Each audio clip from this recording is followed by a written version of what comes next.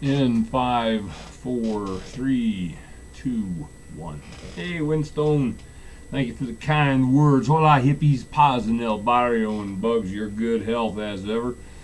About 35 years ago, a woman about my mother's age appeared at my newspaper desk in Santa Fe with a disturbing tale about the coming, inevitable changes which loomed on the energy horizon like storms at sea. It was 1975 or 76, not long after the first gas shortage, 73, and the issue had already faded in the public mind. She told me of her son, who had a book coming out which foretold how crises in cost, price, and sustainability of our current fuel economy, which he called hard energy, would soon come to threaten the whole productive economy of the rest of the planet.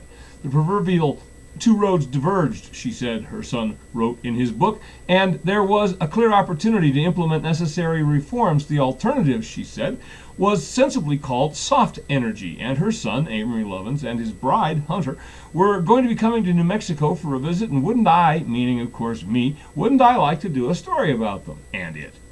But the gas crisis of 73 hadn't really touched me. I was a callow, know-it-all, cocky veteran, recent college graduate, world traveler, and I have to say I blew it off. I still kick myself at the recollection of that because, of course, Lovinses were absolutely correct.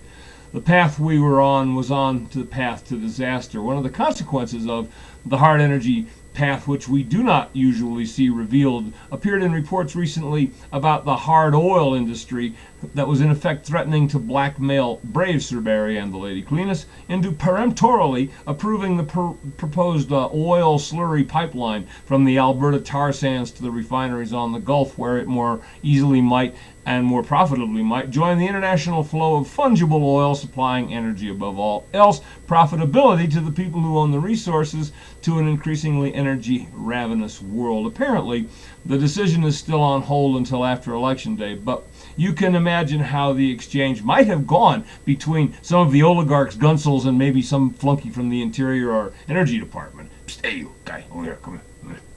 Hey, tell your boss to approve that energy pipeline, man.